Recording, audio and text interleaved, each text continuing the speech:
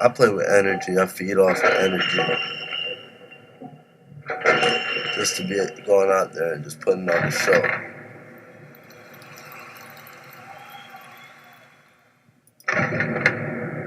I listen to my grandfather's music before every game. Just soothe me out. This is what I gotta do.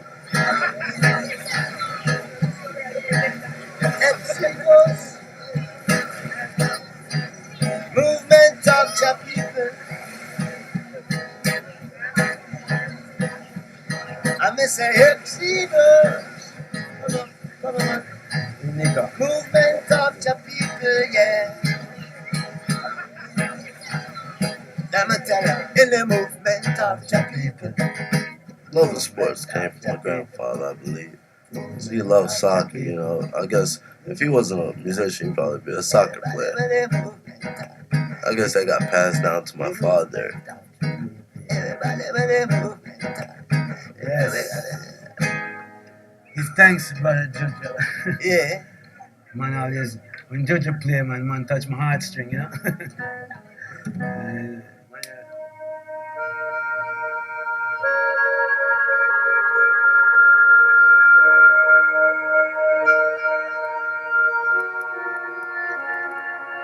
The story of Nico Marley and his father and grandfather is a story of redemption. We hear Bob Marley's music and we think instantly of the positive vibrations and the gold records and the international influence. But we miss the struggle that he went through as a youth. The government did survive many of the cities. The grinding third world poverty that he emerged from. It comes from a spirit of never backing down. It's the way that Rohan Marley began his football career, under-respected. And then, Nico is kind of a chip off of that same block. But none of us can understand what it's like to be named Marley unless you're within that skin. No one wants to be the Marley that fails.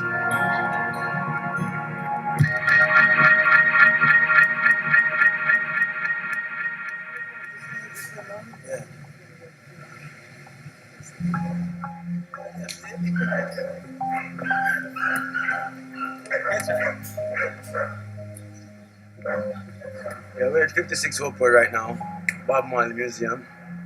This is where everything as children started for us.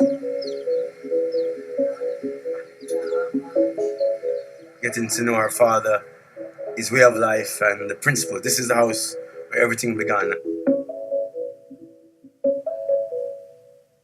It's a pleasure to have Nico here, because he hasn't been here since he was like 9 years old. So it's a great pleasure to have my sons here.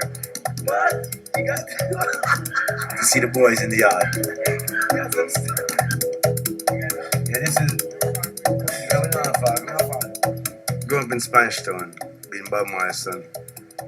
There's not too much privilege. You don't hear about Nico. You don't hear no issues of Nico. I was considered, one of the rude boys, Bob Marley root son, I go to America, right, and I enter into the 6th grade in America.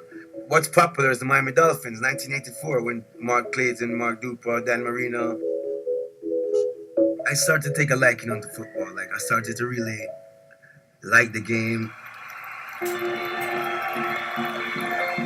Rohan, who was a little bit more American than Bob Marley, than his father, fell in love with football.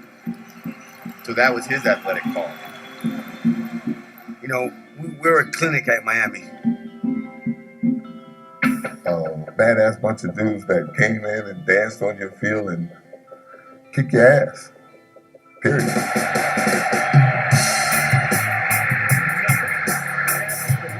I met Rohan Marley in 1991. We were in the same recruiting class at the University of Miami. First impression was, are you kidding me? Such as being 5'8", small by any football standard.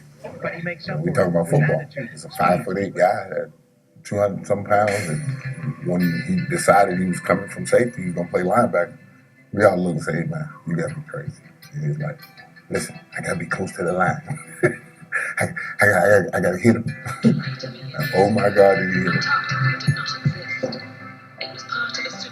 If I'm the small X and you're the big tree, I'm gonna chop you down. I'm gonna bring that fire to you. Because the funniest thing to watch this little man knock the hell out of big people. I mean, just. I still say him now, "Come on, little buddy." And that's what he always called me, "Little buddy." I mean, I'm towering on him. "Come on, little buddy, let's go play today." I mean, there was always a passion about it. Well, I got to say, it came from my brought up and my upbringing here in Jamaica.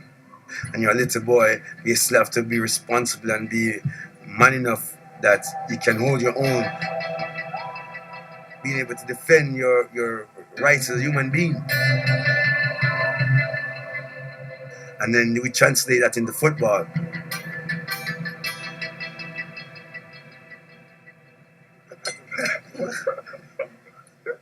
Miss PJ, my good friend Ray Lewis and I, we went to see Nico. I don't know, was it Pop One or some little game he had? And when every move he made, he was in the backfield. Ray told me, "Ro, we're gonna be hearing about Nico."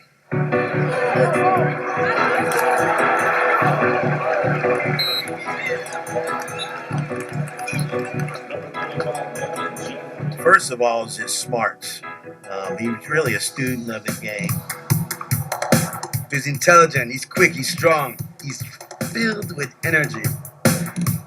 Look just like his daddy. I mean, seek and destroy missile.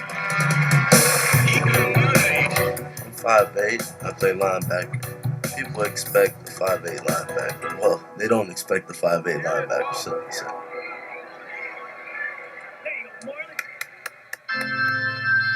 In his sophomore year, he started asking me, about college. So I tried to tell him the reality of it. If you read any newspaper stories about him, you'll see how it went. He got one Division I offer, and it was from Tulane.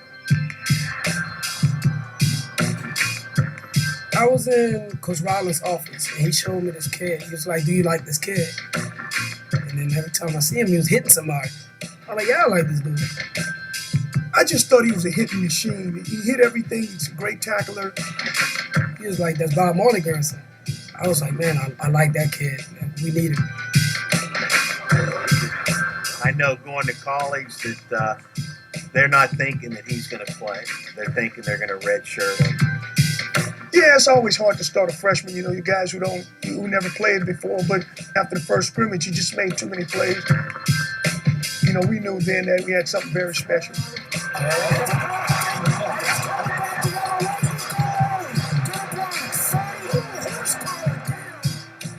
He's kind of a quiet guy. He kind of stays to himself, but he voices his opinion about certain things, like music in the locker room. He's like, "Y'all listen to this trash,"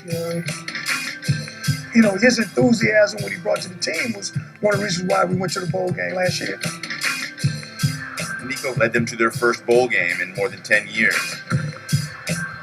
I think there are other schools that are regretting right now that they didn't take that chance.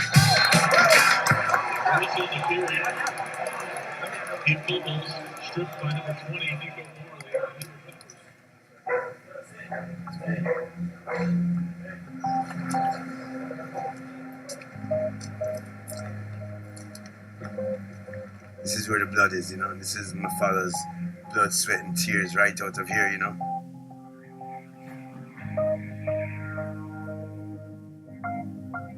Really a humbling experience to know where it all started. Seeing when my grandfather grew up, or my father grew up, just knowing he wasn't born a legend.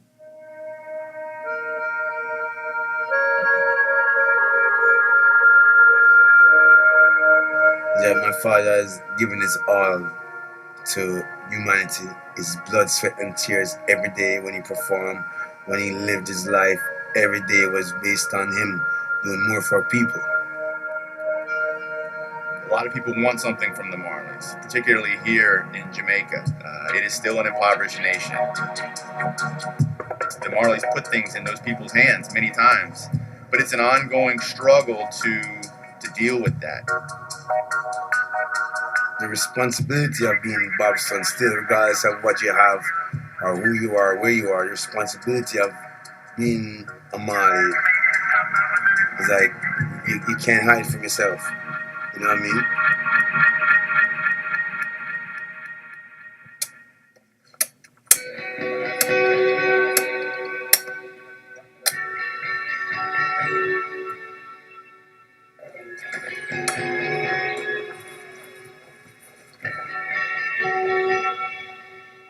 The baby stages, the baby stages. Look at that. Can you imagine how much work goes into this?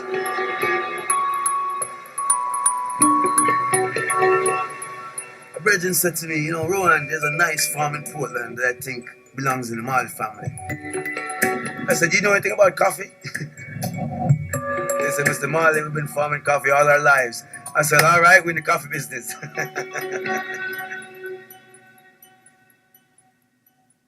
Coffee came about from an inspiration that I got deep within myself, being Bob Marley's son, and saying to myself, what am I going to do?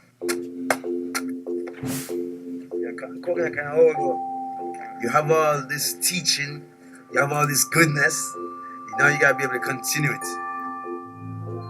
And still have that passion, you know, that's still that drive like you see on the football field.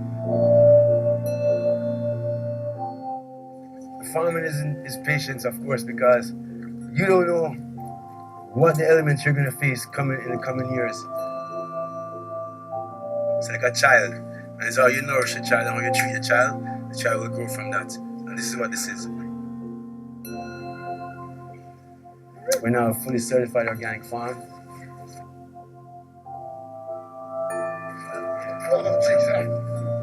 I wanted this to touch all corners of the world, you know.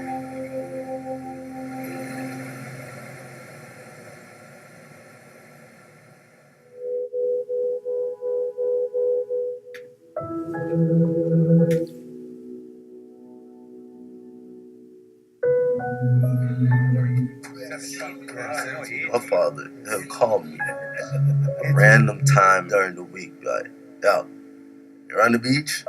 Always talking about running the beach. That's a tradition, you know, you learn that from your father. Hey boy, this is where I come to the beach as a little boy. This is where I used to come to. Father pick you up, going to the beach. You're not going to the beach to swim. You're going to the beach to run.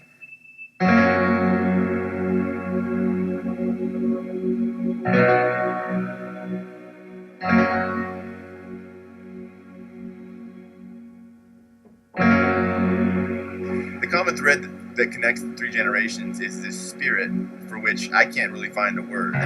It's my job to find the words for these things, but I can't, and it's something intrinsic within them.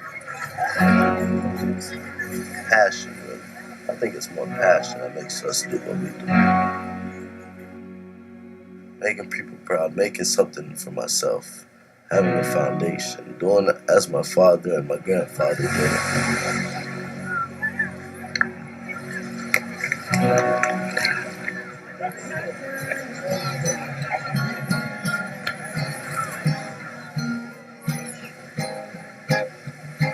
One love, one heart.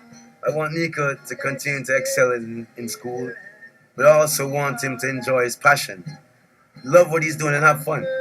And take it from there. One heart, give thanks and Nico Marley has a chance of getting into an NFL camp or a rookie camp, you know, a few years in the future.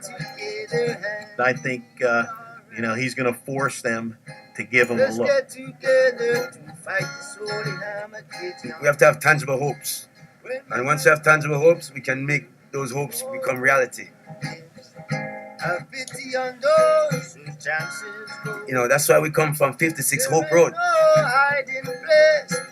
Hope Road, man. You hear Bob Marley say, Hope Road, this is Hope Road, where hopes and dreams are fulfilled. One heart, let's get together and feel alright. One love, one heart, give them sun pressed her top, and he will feel